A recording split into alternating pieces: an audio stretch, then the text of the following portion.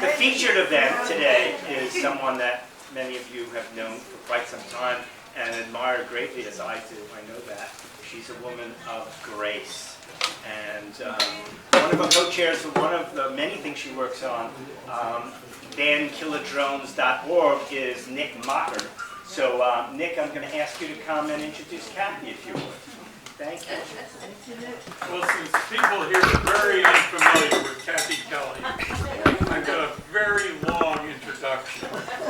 So I hope you're ready. No, I'm merciful. What I want to say is that Kathy is right now working very hard, not only on Killer Drones, but Merchants of Death War Crimes Tribunal, but also bringing people out of Afghanistan who are in danger of their lives and enabling them to go to other countries, Portugal, Germany, and maybe Spain. And in a world of political amnesia in the United States, where Afghanistan is a faint memory for most people, if at all, and our government wants to put as much distance as it can between us and Afghanistan, except for holding on to Afghanistan money. Kathy has not forgotten the people that she met there and that she's loyal to. So, thank you.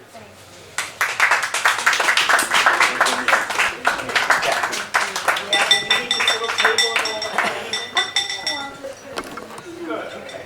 Good. Is this good for you? Oh, I like to stand because I'm... Okay, very good. Let's see if can everyone see Kathy? Yeah. Okay. Thank you, Nick.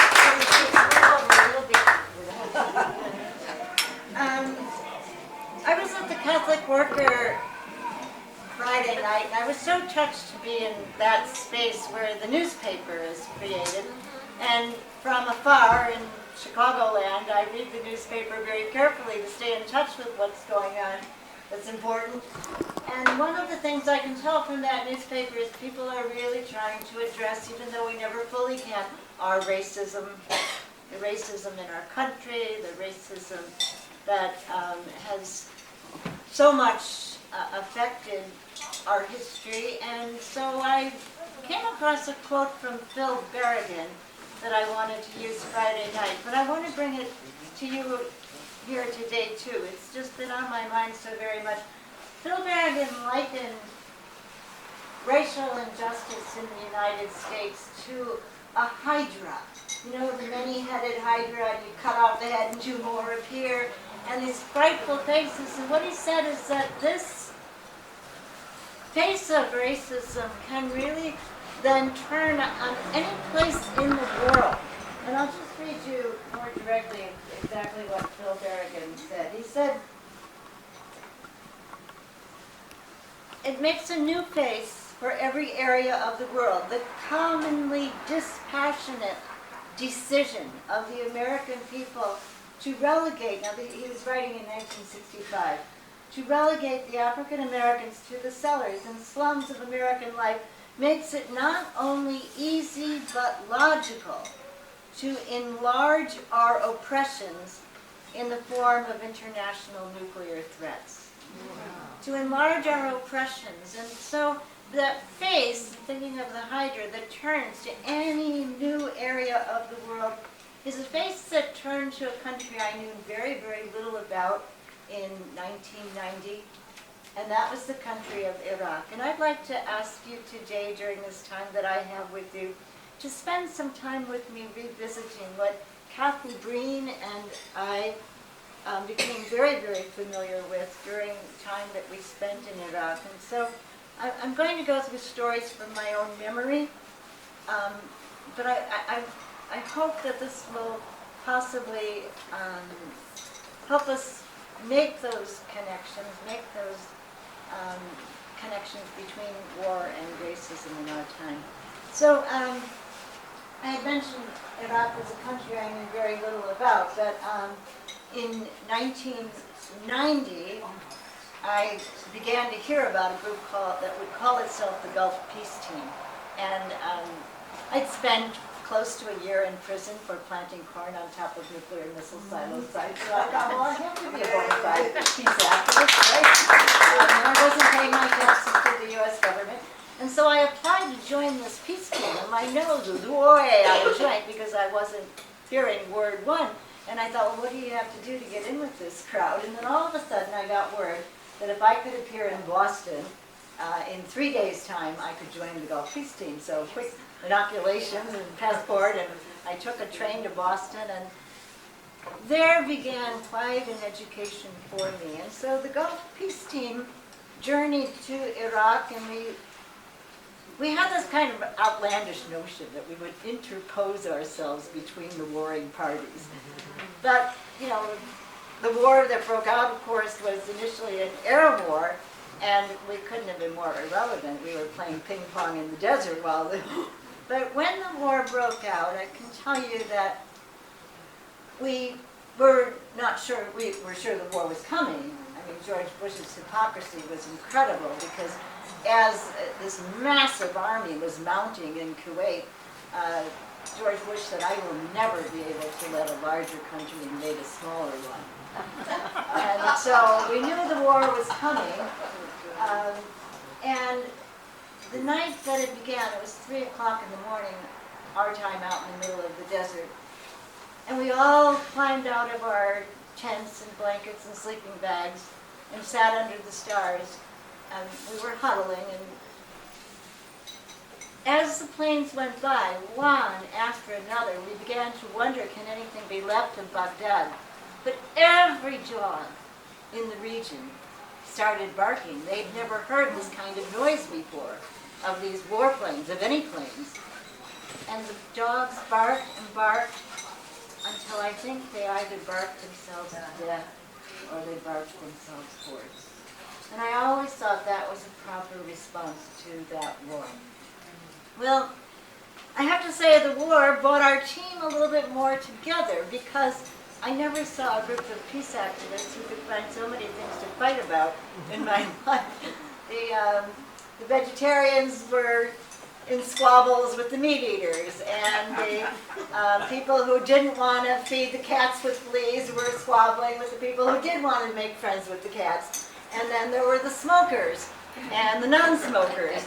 And of course, at one point, some of the elderly British women who liked to sit down and smoke their cigarette, they called a fag, were approached by some of the others who said, put out that cigarette, the light from your ash is going to attract the warplanes. And I remember one of the elderly British women taking a deep drag on it. Oh, laddie, we smacked fags all through the blitz of London, what's your problem? So we all had our differences, but the war kind of brought us together. So much so that, you know, while we were playing ping pong in the desert and we were having our meetings, we decided, I mean, this is crazy, we decided we'd have an international talent show. I mean, what do you do at Catholic Worker Retreats? You have a talent show. And so every country group was supposed to develop their talent. So we were 22 Americans amongst about 88 people total. So the Americans have to come up with something representative of our country, which is, of course, bombing the daylights out of the place where we are. And so I thought, oh, wouldn't it be great if we sang a Randy Newman song called Political Science, which is a spoof, S-P-O-O-F, spoof, on nuclear weapons. So I had carbon paper, and I copied out the lyrics, and I had all the Americans rehearse it. So I'll just give you the first two lyrics of this Randy Newman song. If anybody's ever been arrested with me in the women's jails, you've gotten the whole 9 yards, because that's what I do to anything people in prison. But anyway, it goes like this. No one likes us, I don't know why. We may not be perfect, but heaven knows we try. And all around, even our old friends put us down. Let's drop the big one and see what happens. We give them money. Are they grateful? No, they're spiteful and they're hateful. They don't respect us, so let's surprise them. We'll drop the big one and hold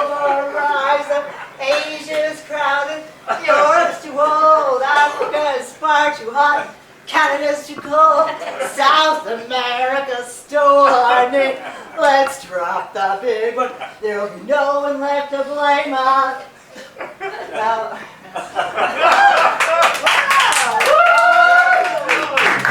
all the other internationals are looking at the Americans, hamming it up about nuclear war, and they do not think it's funny.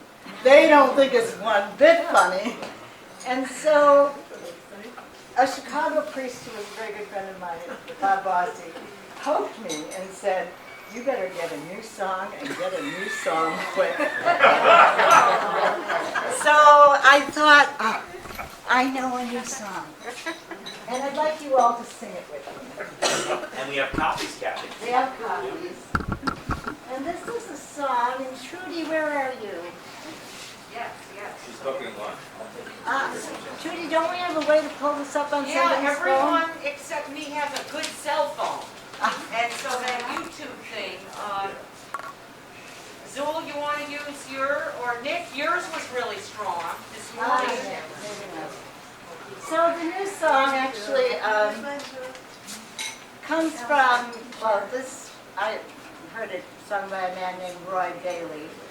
And it's about a little girl in Nicaragua. It's about a little girl in Nicaragua who becomes an orphan.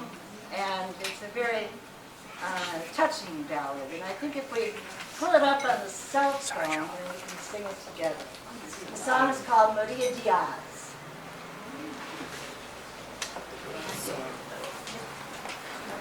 Bailey was saying that. Yeah. Where on the cell phone? Well, I've got it. you emailing it to the list? Well, I'll tell you, I got it. I'll sing the first verse. Very easy.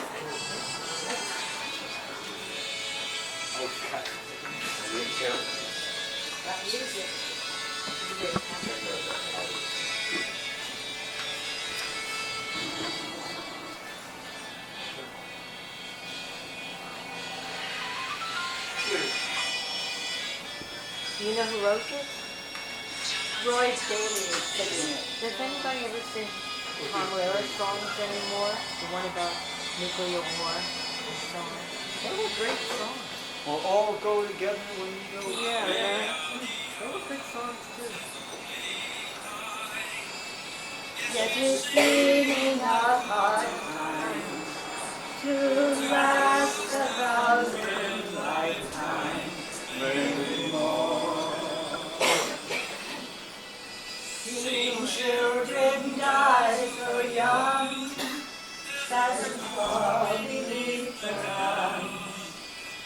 Generation cry for justice in a war.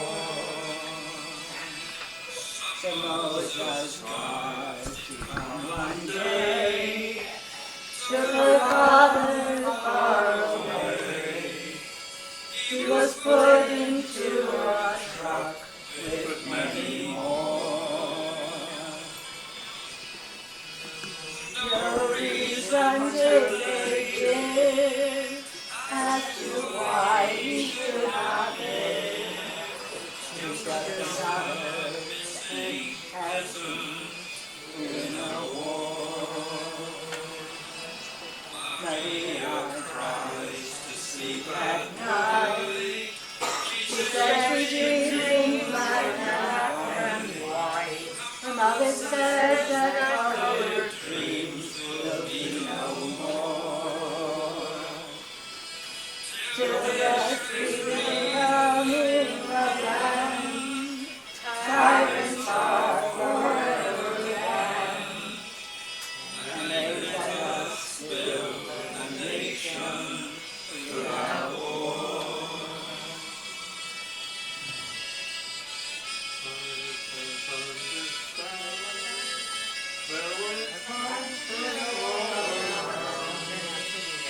This is the instrumental interlude bit.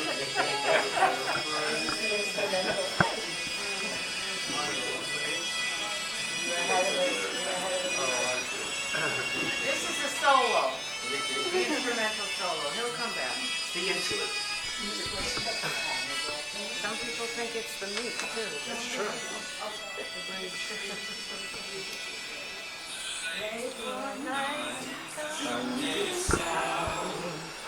There were countries all around, and they searched the village houses for their prey. Maria's mother did protest. She felt the shot run through her breast. Maria stared in horror where her mother lay. Magazines on the air, they all bore down to the yanks of Florida who red song for.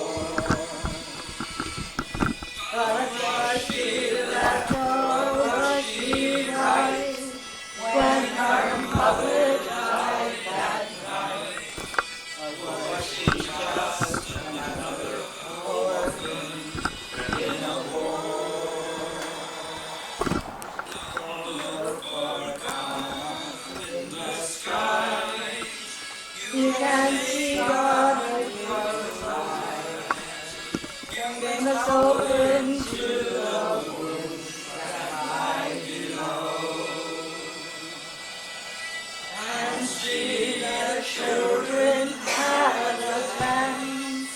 a dance to live, chance to dance, a dance in colors, bright is freedom's glow. Wow. Yeah, Wow, heavy words. beautiful. Nick, what's the name of the song? What's the name of the song? Maria Diaz. It is Maria Diaz. By Roy Daly. Maria Diaz by Roy Daly. Thank you, Kathy. So, I also want to tell you just another couple things from that time with the Gulf Peace Team. We were evacuated by the Iraqis, and we had made this pledge that we would stay and interpose ourselves, and it seemed like actually the U.S. military might come through this area where we were, and so the Iraqis understandably would say, we're getting out of here. And if they left and we stayed, it might have been the choice to die in the desert because we didn't have an independent source of food or of water. And so there was a lot of discussion. The British women felt we should just start marching toward the Saudi border. But, we didn't know if there were landmines out there. Or, I didn't think we really knew where the Saudi border was. And so there was this big question, should we go or should we not? So 12 of our number, we were 88 people, right, decided to form a circle and hold signs, just like Nick is there holding his sign, that said, we choose to stay, in Arabic and in English. Now, I couldn't bring myself to join that group of 12. They were my closest friends at the camp. We'd gotten to be kind of tight. But it seemed to me that there were people doing videography, and it just wouldn't be fair if a video went out of Iraqi soldiers dragging the peace people across the desert when actually they were trying to save our lives and they'd been pretty hospitable toward us. So I didn't join that circle. But the man that came to accomplish the evacuation was a man named Tariq. And I'd gotten to know Tariq pretty well. He had come back and forth to the camp and he spoke English well. And the buses were all pulled up waiting for us to board. And Tariq spotted the circle of 12. And he came up to me and he said, excuse me, Miss Kathy, but what am I to do? And I said, oh, Tariq, believe me, nobody in that circle means you any harm. And they never want to disrespect you, but they're not going to be able to get on that bus themselves. It's a matter of conscience. And Tariq, he didn't miss a beat. He walked up to the tallest man in that circle, somebody about Nick's size, but add a couple of inches there. And that was Jeremy Hartigan, who was also a Buddhist. So Jeremy Hartigan is holding his sign and chanting, "Om." I mean, this can't get more surreal, right? Tarek walks up to Jeremy Hartigan, kisses him on the forehead, and says, "Baghdad." And then he and another civilian and two soldiers, you know how you used to play levitation when you were a kid? And that's what it looked like to me. They picked Jeremy Hartigan up, gently carried him to the top step of the bus, placed him down, said, "Mister, you okay?" And I thought, holy crap, these guys ought to be teaching nonviolence. And they can start with the Chicago police, because that's not how that crowd does it. And that's how they proceeded to evacuate the other 11 people in their circle. And meanwhile, back in the United States, people are thinking about the world's largest marauding, dangerous army next to the United States, the fourth largest, rather. Kathy and I, we just didn't meet those evil Iraqis. The time of economic sanctions was so very, very difficult for Iraq because, they had gone through the Iran-Iraq war. Some had gone through chemical warfare. They had wanted so much to be free of war, and then an economic war started to claim more and more and more lives. And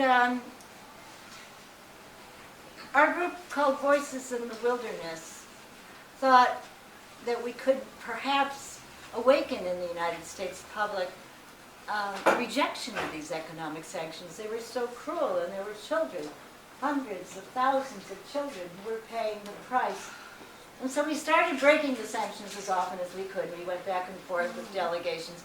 And at one point, we had Adolfo Pérez-Esquivel and Mary Maguire, two Nobel Peace Laureates, willing to go to Baghdad with us. And we thought, oh, this is very good. And they sent me in early to work out an itinerary so that it would be something that would be worth their while. And so when we first met Adolfo Pérez-Esquivel, who was the Nobel Peace Laureate from Argentina, we presented him in Spanish and English with this itinerary that we thought he'd be so pleased with. And he looked it over, and he definitely wasn't pleased. And he had a big frown on his face. And we said, is there something missing? And he said, yes. When do we meet with the teenagers? Oh, the teenagers. Yes, well, we'll work out some. So actually, we did have some schools we could go to. And we took Adolfo Pérez-Esquivel to meet with the teenagers. And I want to just give you my remembrance of a couple of 16-year-old girls and what we learned from the teenagers. And I'm sure they rehearsed this ahead of time. But still, these were the voices that I believed people in the United States needed to hear. One girl stood up and she said, "Can you tell me, what is the difference between me, I am 16, and someone she is 16 in your country? I'll tell you, our emotions are frozen. We cannot feel." But she could feel, and she sat down and she was crying. And the girl next to her stood up. And she said, "My father runs the electrical company in this city. And in our home, we have no electricity. And my grandmother weeps for her grandchildren who have been killed. What is the fault? What have we done? And what would be done to us if we were to do to any other country what is being done to us now?" And that was what the teenagers had to say. Well, Nick and I are so fortunate because we're now working with a girl I met when she was 8 years old in Baghdad, Sally Al-Ghazali. And once a week, sometimes twice a week, she meets with us. She just graduated from law school, passed for the bar, did her last year at Georgetown, and she's a bright young Iraqi woman who's helping us with the Merchants of Death campaign, helping us enormously. So there are some silver linings that do come through.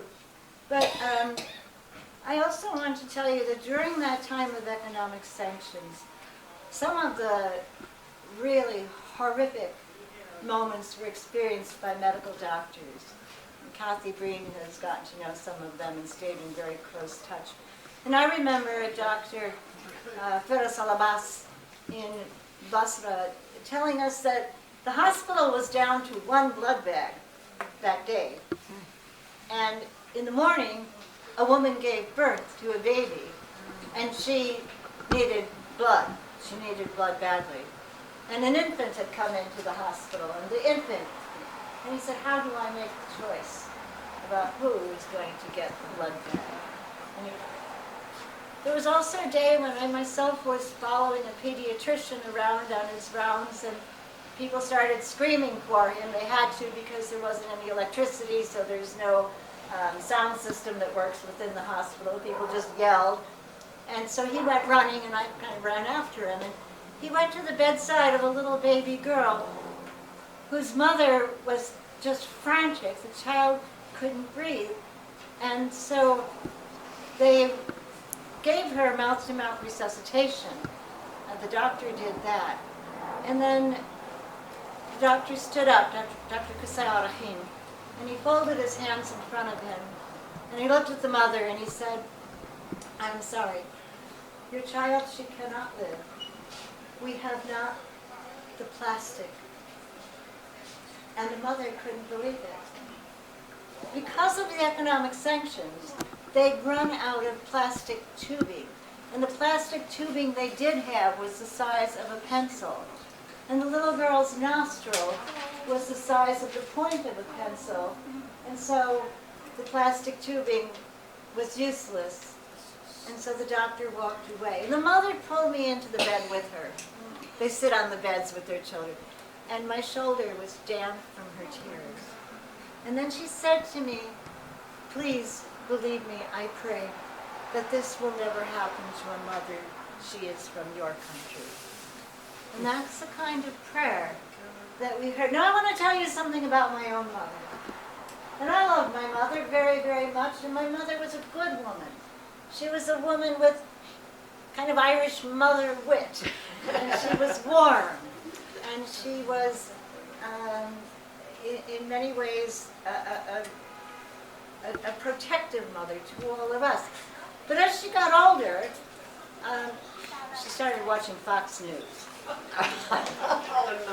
And so, when I come back from Iraq, my mother knew that I was very, very upset. I'd been there all through the 2003 Shah-e-Noor bombing with Kathy, and it was shocking, and it was awful, and we saw plenty.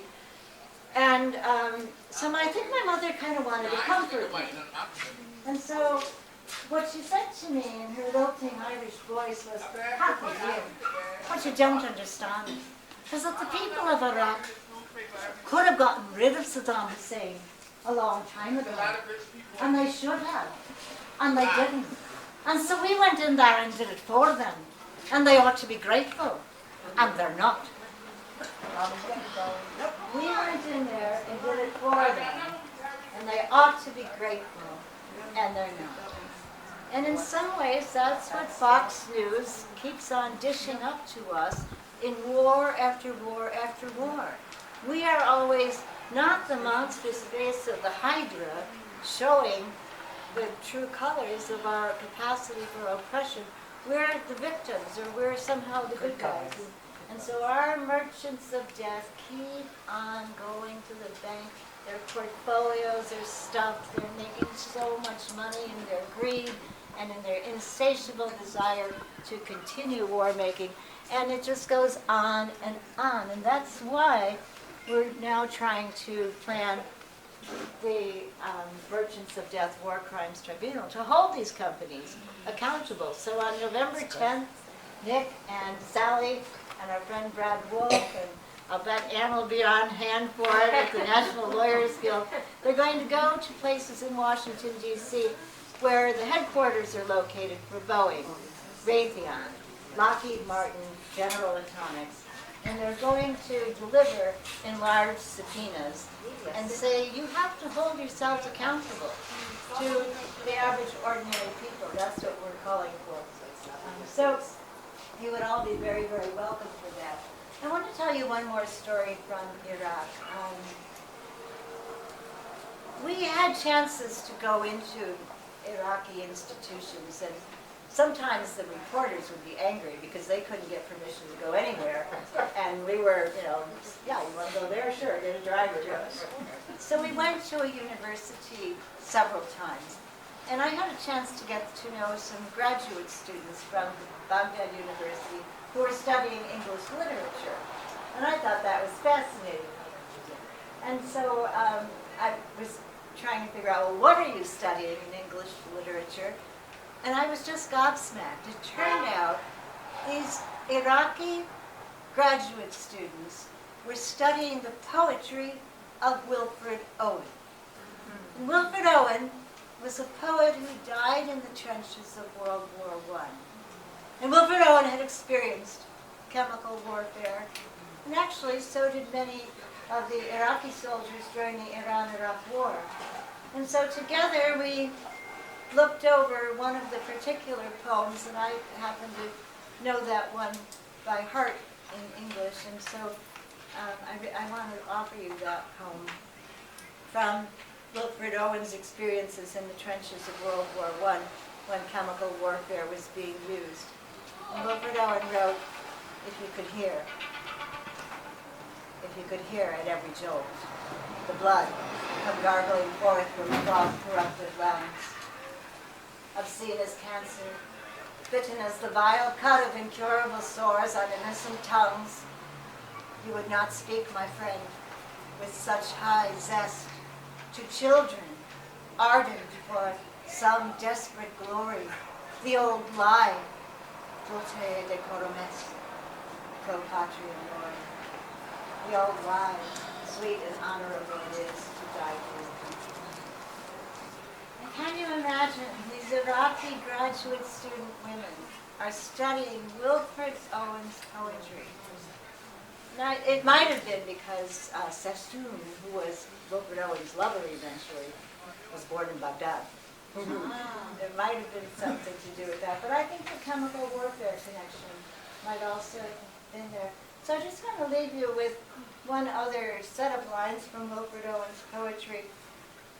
In one of his poems, thinking about World War I, he used the image of Father Abraham, who sends his son Isaac off to gather the wood to make the funeral pyre to sacrifice the son, because Father Abraham says the great God wants me to do this. And then Wilfred Owen changes Father Abraham into the heads of Europe in World War I. And in the biblical story, there's a ram in the bushes, more or less.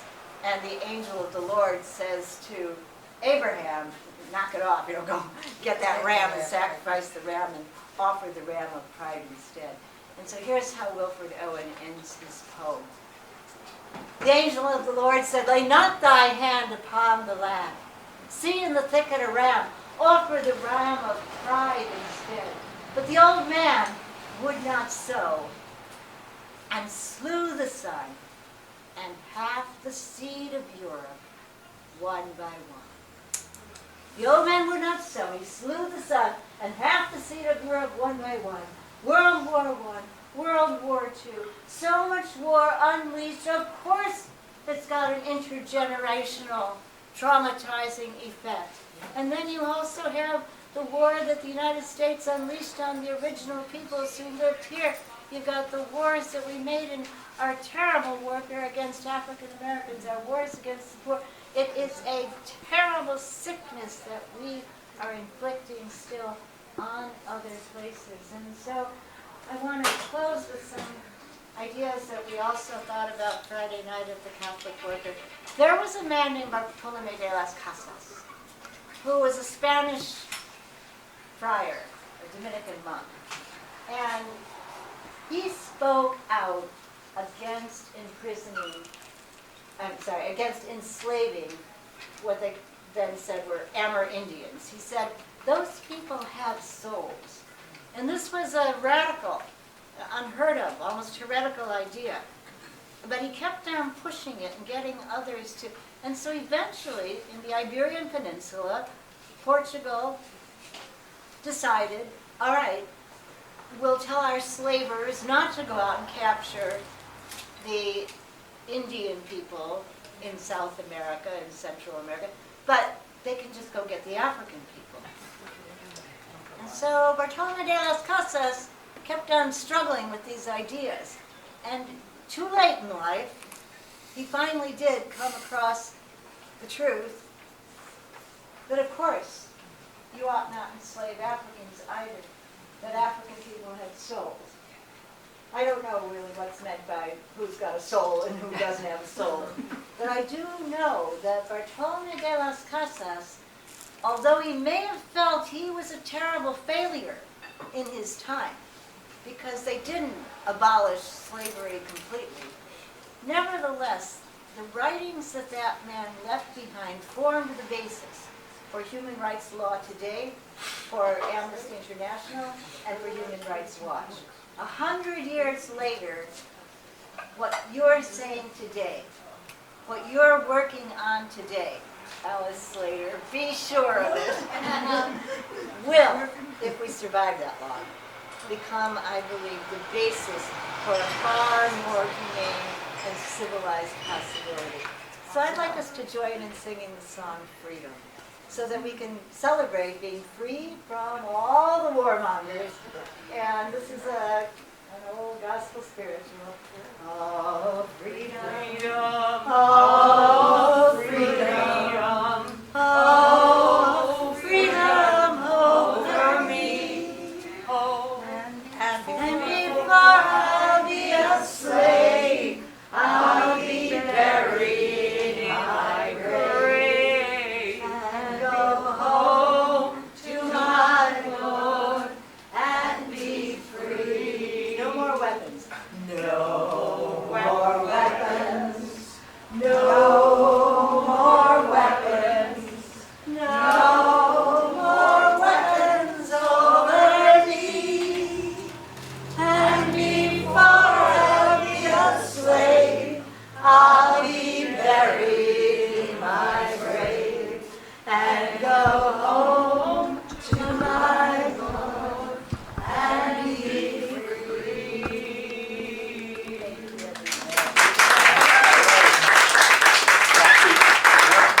Why don't you catch your breath and take some questions, and then we'll have a little discussion for just a short while. So Kathy does that. One more. Kathy Kelly. Thank you everyone for coming. Alice Slater is here from World Beyond Books. I see some of our local poets are here. Nydia Leaf and Charisma are here from Granny Peace Brigade. So welcome everybody. But take a moment. We're going to do a little discussion. So Alice had a question about the Afghan peace volunteers, and the fact of their volunteerism actually endangered them, because they were in association with Westerners, people like me who went over, and we sent many delegations back and forth to Afghanistan. And whereas some people who worked with foreigners like, the United States AID or the United States State Department or groups that were representing them, they got paychecks, and so they could, when the Taliban took over Afghanistan, they could say, we were paid to work with the United States, here's evidence of our paid employment, and they had maybe a chance of getting out. But these young volunteers who never asked to be paid for their very good work were in fact jeopardized by their work, because they did a great deal to promote equality. One of the steps they took that we keep very quiet now, but I can tell you in this group, is that one day the boys decided that they would try to promote gender equality by putting on the steel blue burqa. And I thought they were just going to walk around the backyard and sort of see what it's like.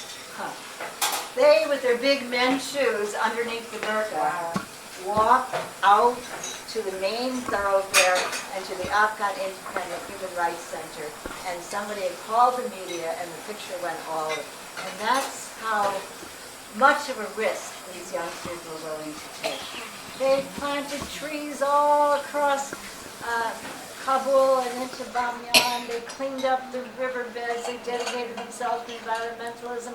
Kathy and others had worn the blue scarves that they sent back. Carmen and Martha came over to Baghdad, and they would make these big, heavy blankets and distribute those free of charge to the refugee camps and pay the widows who made the blankets a meager wage. And they had a street kids school to help educate little kids who might otherwise be illiterate. And, you know, little girls on the street might be cute when they're 8, but add 8 years and the human trafficking starts. So they were making important differences in people's lives.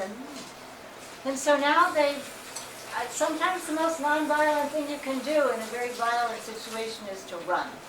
And quite a few of them have done just that. They ran into Pakistan. But Pakistan is headed up to here with refugees. They can't take in any more refugees.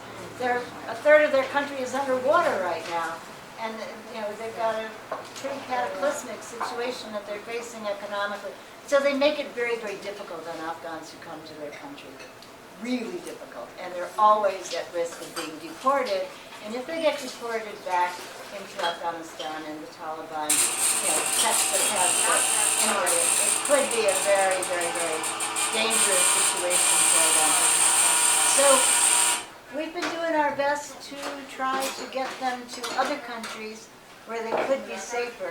And the good news is that Portugal, a permaculture group in Portugal, took 8 of them. And it's been a wonderful community that's developed. They've helped to take desertified, arid land and make it grow and be useful. And they've also, they'll be part of repopulating a community that is lacking in young people. And so now they're going to try to replicate that in another part of Portugal. We might get 19 to a city called Leiria by maybe the end of next month. And we're hoping, some of you know about the Camino in Spain, in the Galicia area of Spain. Kathy walked it, Bob biked it. And those monks might be willing to take another 20 in a place called the Sobrado Monastery. So bit by bit, the group that some of us knew personally is beginning to find safer places. But the United States, we see this again and again. The United States makes war and then walks away. And, even people that made it to this country, it's not that the United States State Department is taking care of them. They're telling the civilians who've already got their hands full with so many problems with regard to justice and fairness in our own communities. They're saying, well, you churches can organize yourselves to take care of these refugees, right? And so we ought to hold accountable the United States for the terrible, terrible work there in Afghanistan. And yes, hi, I have a question. A lot of us are working on the idea of Julian Assange not being extradited to the U.S.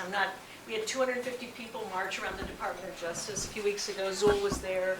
And I'm not asking you to get into the details of that, but what do you think about our government that lies to us and locks up people like Daniel Hale and others who tell the truth and try to inform all of us?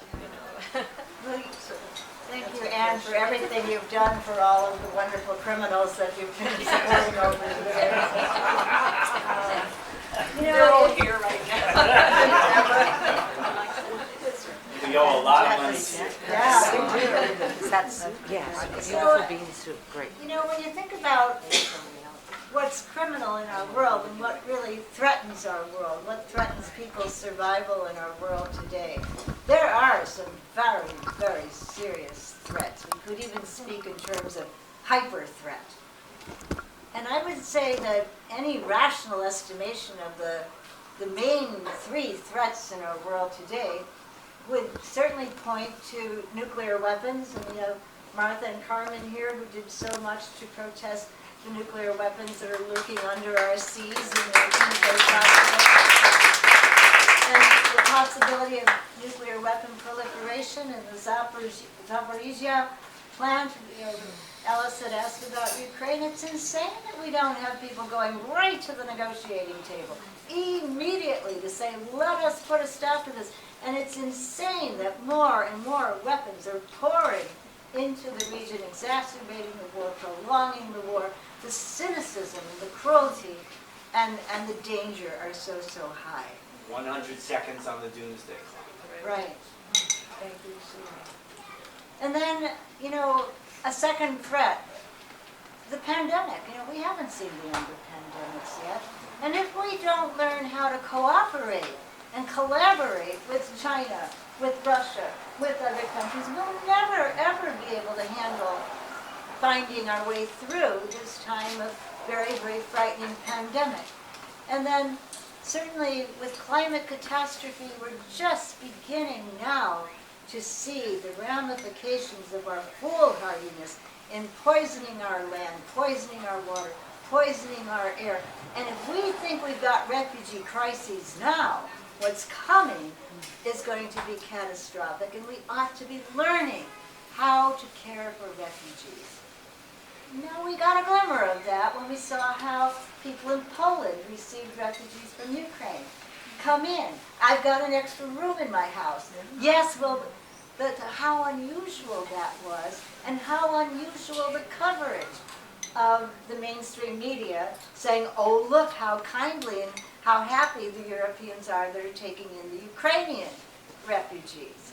But meanwhile, people leaving the shores of North Africa, drowning in the Mediterranean, put into terrible detention centers where they're often tortured, where their smugglers can make even more money. So the double standard.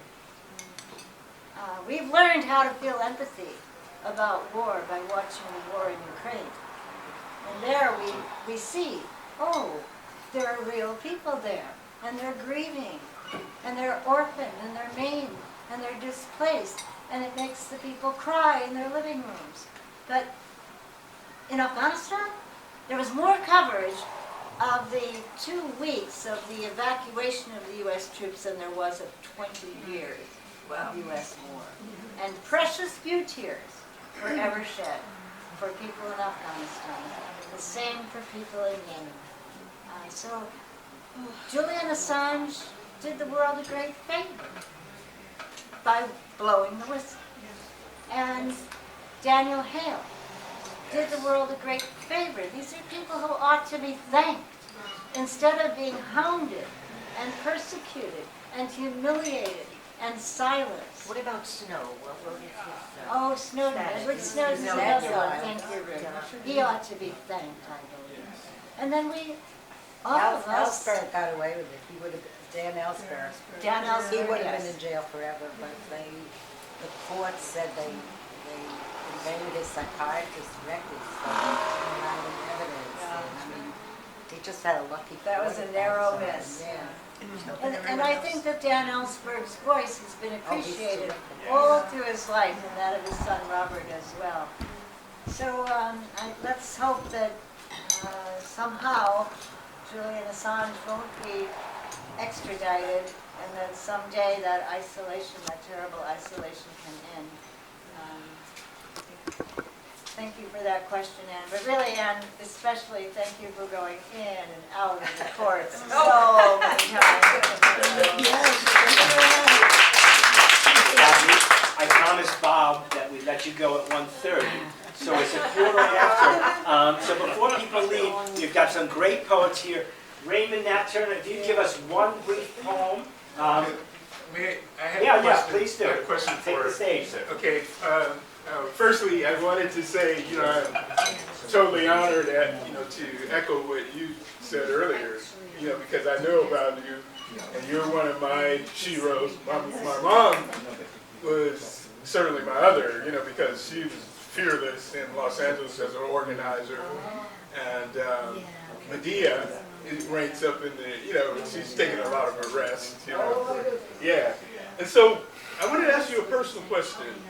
What is the source of your courage? Well, I think everybody feels fear. If anybody says, oh, I don't feel fear, I don't believe that person. But I think that courage is the ability to control our fears and not to be controlled by our fears. I think it's just kind of odd and almost a little bit funny how we learn courage, like the ability to control our fears. I mean, I don't know if any of you can remember the first time you went off the high dive, but I remember. My lips were blue, I was shaking like a leaf, I was terrified. Somebody was behind me saying, "Come on, stupid, jump." And then you jump. And then you're in the line to go and do it again, right? And I think that's how courage is sometimes, you know, that if you can remember when you were a freshman in high school and you're carrying your lunch tray thinking, where the hell am I going to sit? If you can remember the first day on a new job, like, does anybody know where the bathroom is? No, we learn courage at the dinner table. We learn it in our very everyday experiences. But I think that we sometimes have misplaced fears. Exaggerated fears. It's so funny that I turn around and see Ruth at the moment I'm about to say. For instance, you know, people think, oh, you know, if you disobey the government, you know, like if you don't pay your taxes, for instance, you know, that's going to be the avalanche is going to come down and really hurt you. But really what we should be most afraid of, I think, is the climate catastrophes, the nuclear weapon proliferation, and certainly now our inability to get along with other countries well enough to survive times of pandemic and plague. And so our fears sometimes get misplaced and they get easily manipulated. So I think it's an important time, I like to say, to catch courage from one another. That as we rub shoulders together, we really do catch courage from one another. And that's a beautiful thing. I think it's a great fortune that we can catch on to each other's courage. You know, I'd be pleased to see the prison system taken apart brick by brick. Oh, that's a good country. But I do realize that when people like Carmen and Martha go into prison, it does educate the rest of us in a really, really important way. And we begin just to get a glimmer, a glimpse of how wrongful and cruel the prison industrial complex is and what it's saddled, you know, generations after generations with. And so I think it's also important to not shy away from going into some of the places where we thought, you know, we couldn't go.